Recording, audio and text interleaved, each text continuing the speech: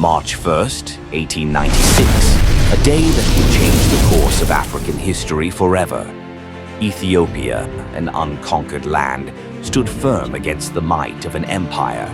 This is the story of the Battle of Adwa. In the late 19th century, European powers scrambled for control of Africa. Italy, seeking its place among the great empires, set its eyes on Ethiopia. In 1889, Italy signed the Treaty of Wuchale with Ethiopia, but there was a problem. Two versions of the treaty existed. The Italian version claimed Ethiopia had become a protectorate, while the Amharic version said otherwise. When Menelik II discovered Italy's deception, he rejected their claim. He began rallying his people, preparing for war. In late 1895, Italian forces advanced into Ethiopia, expecting an easy victory. But they underestimated Menelik's resolve. Menelik sent out a call to arms, uniting warriors from all corners of Ethiopia. Tens of thousands answered, bringing weapons, supplies, and an unbreakable spirit.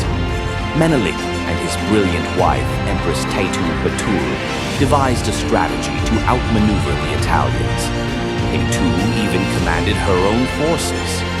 With an army over 100,000 strong, Menelik led his people to Adwa, where destiny awaited.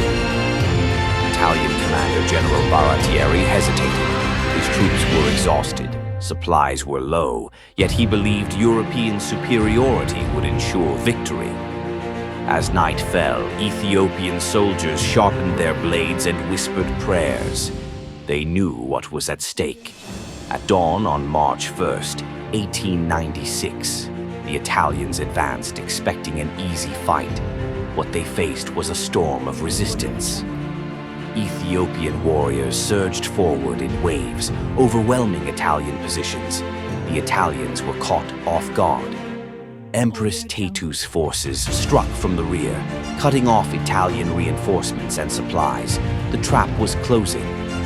Panic spread through the Italian ranks. Some fled, others surrendered.